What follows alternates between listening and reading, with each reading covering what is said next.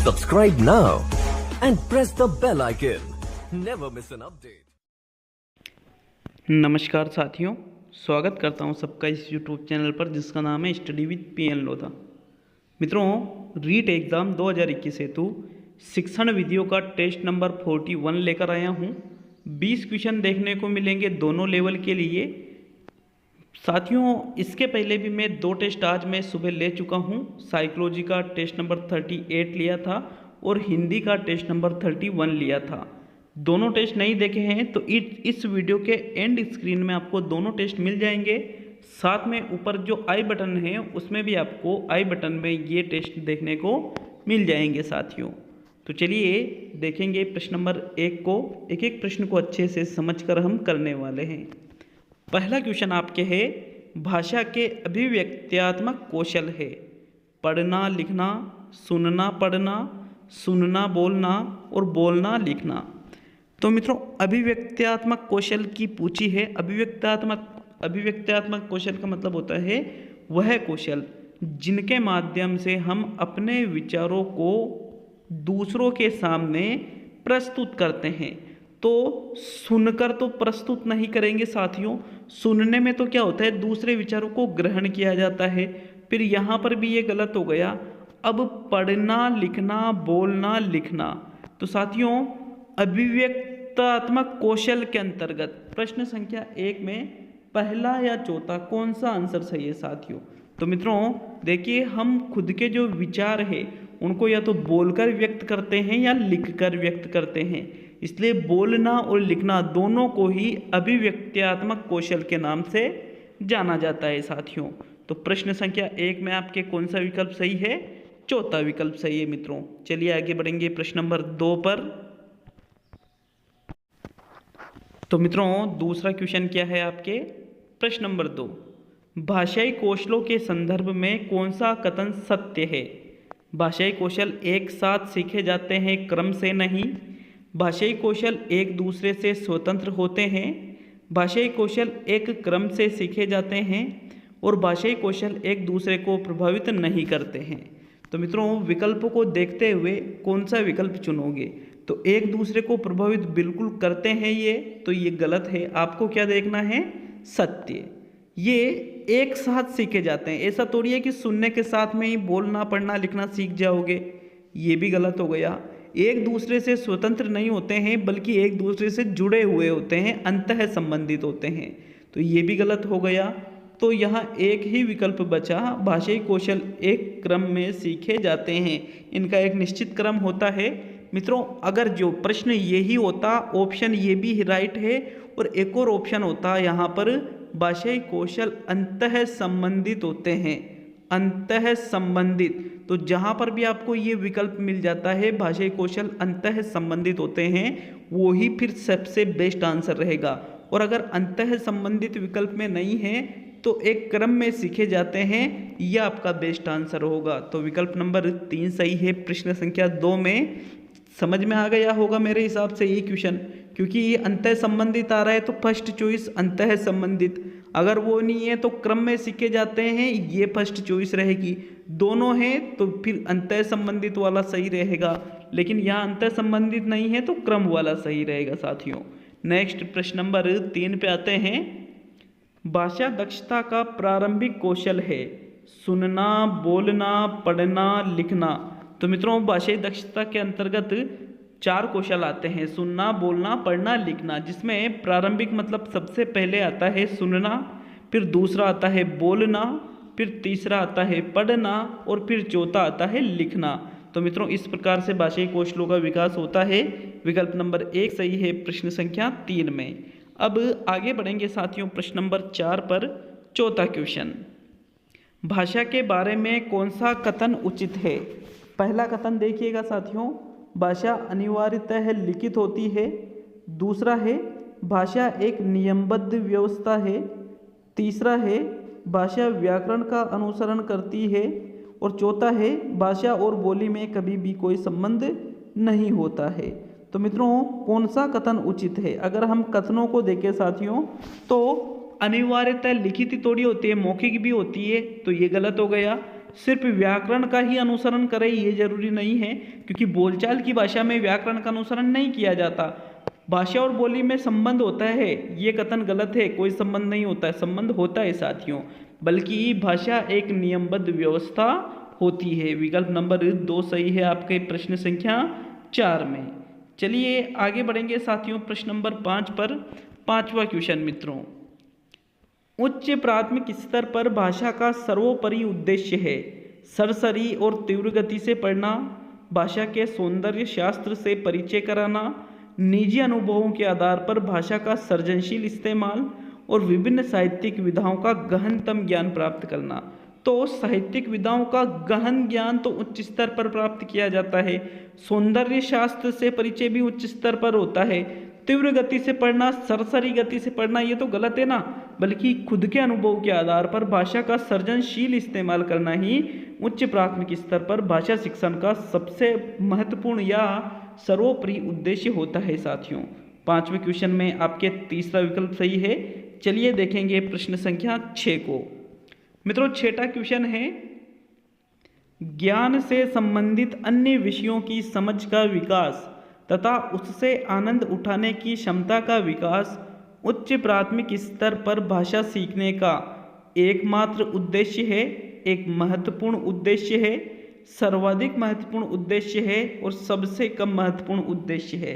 तो मित्रों प्रश्न को अच्छे से देखना कि ज्ञान से संबंधित अन्य विषयों की समझ का विकास और उससे आनंद उठाने की क्षमता का विकास एकमात्र उद्देश्य तो होना ही हो ही नहीं सकता, और कहीं भी उद्देश्य होते हैं। सबसे महत्वपूर्ण यही उद्देश्य नहीं होता है, सबसे कम महत्वपूर्ण नहीं, बल्कि हम यूँ कह सकते हैं कि ये एक महत्वपूर्ण उद्देश्य होता है कि अन्य विषयों की जो समझ है उसका विकास और उससे आनंद उठाने की क्षमता का विकास यूपीएस स्तर पर भाषा सीखने का हो सकता है महत्वपूर्ण उद्देश्य।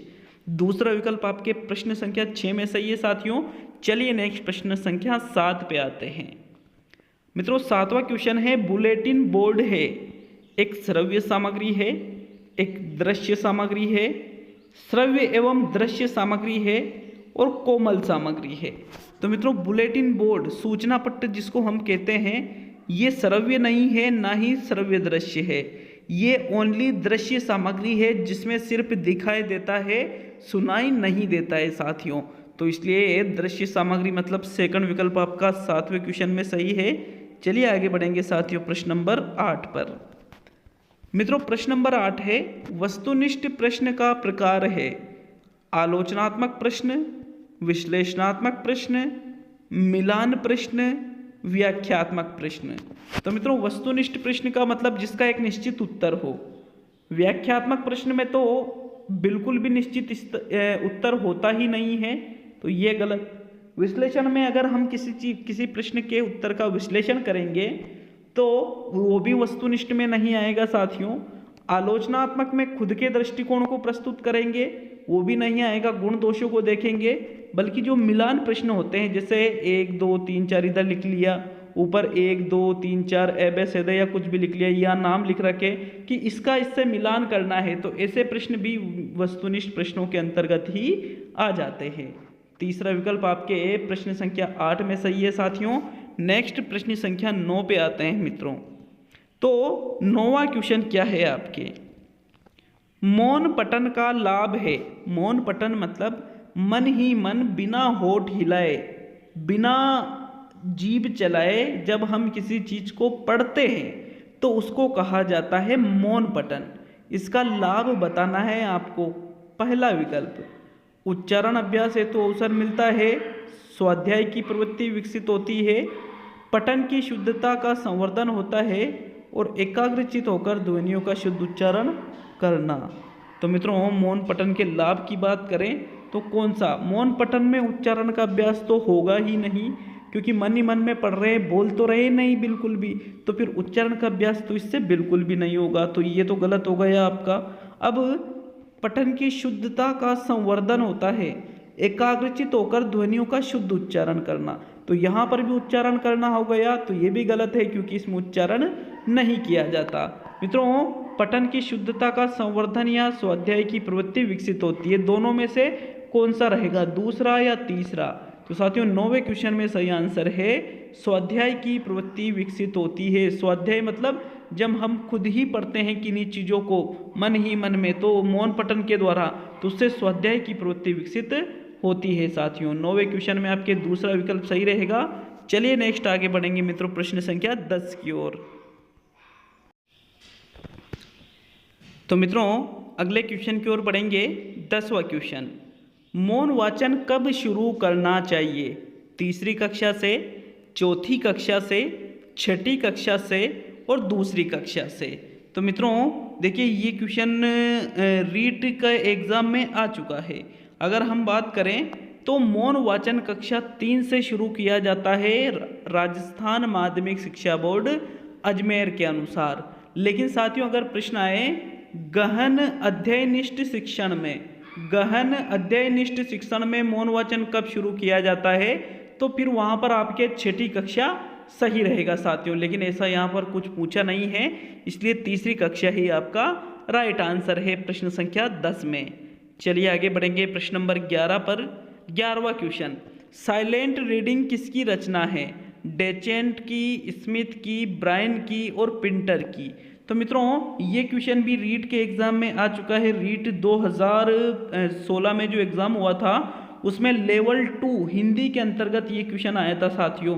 तो यहाँ पर साइलेंट रीडिंग की बात करें अगर हम, तो ये ब्रायन के द्वारा लिखी गई है, जिसमें इन्होंने मौन वाचन के अनेक मौन वाचन का बहुत ही महत्वपूर्ण वर्णन किया है साथियों, और मौन वाचन पर इन्होंने बहुत ज़्यादा बल दिया है।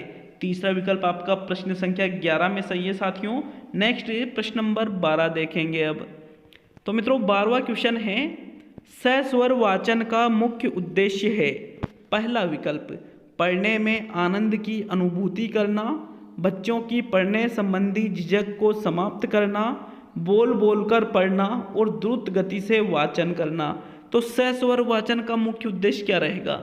मित्रों मौन वाचन में द्रुत गति से किया जाता है, सस्वर वाचन में द्रुत गति से वाचन नहीं करते हैं, तो ये गलत हो गया। बोल बोल कर पढ़ना ही सस्वर वाचन का मुख्य उद्देश्य नहीं होता है। सस्वर वाचन मतलब स्वर के सहित किया जाने वाला वाचन। पढ़ने में आनंद की अनुभूति करना या बच्चों की पढ़ने संबंधी झिझक को समाप्त करना, कौन सा सही रहेगा साथियों, पहला या दूसरा? तो मित्रों प्रश्न नंबर 12 में आपके दूसरा विकल्प सही है। बच्चों की पढ़ने संबंधी झिझक को समाप्त करना ही सस्वर वाचन का मुख्य उद्देश्य होता है। सस्वर वाचन क्यों करवाया जाता है? कि जो पढ़ने संबंधी झिझक बच्चों के अंदर है वो झिझक दूर हो जाए साथियों। विकल्प नंबर 2 सही है प्रश्न संख्या 12 में। चलिए नेक्स्ट देखेंगे प्रश्न नंबर 13 को। भाषा शिक्षण में बालक में मौखिक कौशल के विकास के लिए सबसे कम महत्वपूर्ण है किसी विषय पर चर्चा करना, बच्चों की बात को धैर्य से सुनना, प्रश्नों के उत्तर पूछना और अपनी बात कहने का पूरा मौका देना। तो मौखिक कौशल का विकास करना है, सबसे कम इम्पोर्टेंट क्या रहेगा साथियों? प्रश्न नंबर 13 का राइट आंसर देखिए किसी विषय पर यदि आप चर्चा करते हो तो बच्चे खुद के विचार व्यक्त करेंगे, तो उससे मौखिक कौशल का विकास बहुत ही अच्छे से होगा। तो ये तो बिल्कुल महत्वपूर्ण है साथियों। बच्चों की बातों को भी धैर्य से सुनना चाहिए। ऐसा नहीं है कि हम तो अपनी बातें खूब अच्छे से कह रहे हैं, बच्चे सुन रहे हैं, लेकिन उनकी बात को हम सुन ही नहीं रहे। अगर उनकी बात को नहीं सुनेंगे तो मौखिक कौशल कैसे विकसित होगा? तो उनकी बातों को भी धैर्य से सुनना चाहिए, उनको अपनी बात कहने का पूरा मौका देना चाहिए। ऐसा नहीं कि बीच में उनको टोक दो, बल्कि उनको पूरा मौका दो। लेकिन प्रश्नों के उत्तर पूछना, तो उत्तर पूछने में तो क्या होगा, सिर्फ वही चीज़ें बताएंगे जो उनको रटी रटाई चीज़ें हैं साथियों। इसलिए ये सबसे कम इम्पोर्टेंस होता है मौखिक कौशल के विकास में। खुद के विचारों को उसमें ऐड वो नहीं कर पाएंगे साथियों। तीसरा विकल्प सही है प्रश्न संख्या 13 में। चलिए नेक्स्ट आगे बढ़ेंगे प्रश्न नंबर 14 पर। मित्रों 14वां क्वेश्चन है, प्राथमिक स्तर पर एक भाषा शिक्षक से सर्वाधिक अपेक्षित है पाठ्य पुस्तक में दी गई सभी कहानी कविताओं को कंठस्थ करना, बच्चों को मानक भाषा का प्रयोग सिखाना, कक्षा और कक्षा के बाहर बच्चों को भाषा प्रयोग के लिए प्रोत्साहित करना और बच्चों की निरंतर परीक्षाएं लेना। तो प्राथमिक स्तर पीएस स्कूल पर एक भाषा शिक्षक है, जैसे हिंदी पढ़ाते हो आप, तो सबसे ज़्यादा क्या अपेक्षा की जाएगी आपसे? ये तो अपेक्षा की नहीं जाएगी कि जो किताब में कहानी और कविता दे रखी है उनको आप अच्छी तरह से रट लो। ये रटना ही थोड़ी सब कुछ होता है। मानक भाषा का प्रयोग छोटे स्तर पर सिखाना बहुत ही मुश्किल कार्य है साथियों। ऐसी भी अपेक्षा मानक भाषा वाली उच्च स्तर पर की जाती है। निरंतर परीक्षाएं लेते रहना भी नहीं होगा, बल्कि कक्षा और कक्षा के बाहर, मतलब कक्षा के अंदर भी और कक्षा के बाहर भी जो छात्र है उनको भाषा प्रयोग के लिए प्रोत्साहित किया जाए। आपसे ये प्राथमिक स्तर पर भाषा शिक्षक के रूप में अपेक्षा की जाती है या की जाएगी। तीसरा विकल्प आपके 14वें क्वेश्चन में सही है। चलिए नेक्स्ट देखेंगे प्रश्न नंबर 15 को। मित्रों प्रश्न नंबर 15 आपके आता है, वाइगोत्स्की के विचारों पर आधारित कक्षा में रिक्त स्थान पर सबसे अधिक बल दिया जाता है। कविता दोहराने पर, कहानी सुनाने पर, कार्य पत्रकों पर और परस्पर अंतः क्रिया पर। तो मित्रों जो वाइगोत्स्की ने जो सिद्धांत दिया है भाषा से संबंधित, उनका मानना है कि जो कक्षा है, भाषाई जो कक्षा है, इसमें सबसे ज़्यादा बल परस्पर अंतः क्रिया करने पर दिया जाना चाहिए। क्योंकि छात्र जब परस्पर एक दूसरे से अंतः क्रिया करेंगे तो वो भाषा को अर्जित करते हैं साथियों इस तरीके से। तो विकल्प नंबर 4 सही है प्रश्न संख्या 15 में। नेक्स्ट प्रश्न नंबर 16 देखेंगे साथियों। 16वां क्वेश्चन है, भाषा अर्जित करने के संदर्भ में सर्वाधिक महत्वपूर्ण है विद्यालय परीक्षा प्रक्रिया, भाषिक पठन सामग्री, समृद्ध भाषा परिवेश और संचार माध्यमों का अधिक प्रयोग। तो मित्रों भाषा अर्जित करने में सबसे इम्पोर्टेंट क्या रहेगा? प्रश्न नंबर यहाँ पर 16 का सही आंसर देना है।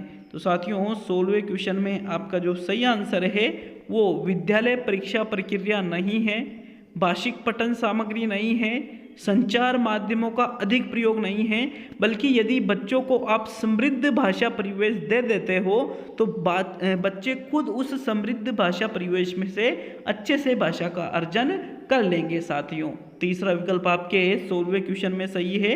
चलिए नेक्स्ट देखेंगे प्रश्न नंबर 17 को। तो मित्रों प्रश्न नंबर 17 आपके है, प्रयोजना विधि बल नहीं देती है करके सीखने पर स्थायी अधिगम, क्रियात्मक अधिगम, अवलोकनात्मक अधिगम। तो मित्रों सभी को पता होगा प्रयोजना विधि के जनक कौन है? किलपेट्रिक है, और ये जॉन ड्यूवी की प्रयोजनवादी विचारधारा पर आधारित है साथियों। इसमें बालक करके सीखता है, इसमें बालक जो सीखता है वो अधिगम स्थायी होता है, इसमें बालक क्रियात्मक तरीके से सीखता है, लेकिन अवलोकन करके इस विधि में बालक नहीं सीखता है साथियों। इसलिए अवलोकनात्मक अधिगम पर प्रयोजना विधि बल नहीं देती है। तो कौन सा विकल्प सही है? चौथा विकल्प सही है। प्रयोजना विधि में कुल 6 सोपान होते हैं साथियों। नेक्स्ट देखेंगे प्रश्न नंबर 18 को। प्राथमिक स्तर पर भाषा सीखने से तात्पर्य है भाषा वैज्ञानिक तथ्य स्पष्ट करना, भाषा का व्याकरण सीखना, उच्च स्तरीय साहित्य पढ़ाना और भाषा का प्रयोग सिखाना। तो मित्रों प्राथमिक स्तर पर भाषा सिखाने का मतलब ये नहीं है कि उच्च स्तरीय साहित्य बच्चों को आप पढ़ाओ या भाषा का व्याकरण सिखाओ या वैज्ञानिक तथ्य स्पष्ट कराओ, बल्कि यदि आप उनको भाषा का प्रयोग ही सिखा देते हो साथियों तो वही भाषा सीखने का मतलब निकलता है प्राथमिक स्तर पर, कि बच्चे अगर भाषा का प्रयोग करना सीख गए मतलब वो भाषा सीख गए। 18वें क्वेश्चन में चौथा विकल्प सही है। नेक्स्ट बढ़ेंगे साथियों सेकंड लास्ट मतलब 19वें क्वेश्चन पर। शैक्षिक मूल्यांकन के उद्देश्य होते हैं, रीट एग्जाम में आया हुआ क्वेश्चन है मित्रों 5, 7, 3 और 8। तो मित्रों शैक्षिक मूल्यांकन के कितने उद्देश्य होते हैं? 19वें क्वेश्चन का राइट आंसर बताइएगा। देखिए शैक्षिक मूल्यांकन के 3 उद्देश्य होते हैं मित्रों। कितने उद्देश्य होते हैं? 3 उद्देश्य होते हैं। तीसरा विकल्प आपके 19वें क्वेश्चन में सही है। अब अंतिम और 20वां क्वेश्चन देखेंगे, लेकिन मित्रों अगर आपको वीडियो अच्छा लगा है तो वीडियो को एक छोटा सा लाइक जरूर करिएगा, वीडियो पे कमेंट करके जाइएगा, किसी प्रश्न पर डाउट हो तो भी कमेंट करें, और कितने क्वेश्चन आपके सही हुए हैं उसके लिए भी आप जरूर कमेंट करें। साथियों 20वां क्वेश्चन है, नासिरा पढ़ते समय अनेक बार अटकती है, उसे पढ़ने में कठिनाई होती है, उसकी समस्या मुख्यतः है किससे संबंधित है? पठन अरुचि, बुद्धि लब्धि, डिसलेक्सिया, डिसग्राफिया। तो पढ़ते समय अनेक बार अटक रही है, पढ़ने में उसे कठिनाई महसूस हो रही है, तो साथियों इसको कहते हैं डिसलेक्सिया। क्या कहा जाता है इसको? डिसलेक्सिया। मित्रों चैनल को सब्सक्राइब नहीं कर रखा है तो सब्सक्राइब करके बेल आइकन पे ऑल कर लीजिएगा, हर एक वीडियो का नोटिफिकेशन आपके पास तुरंत आ जाएगा।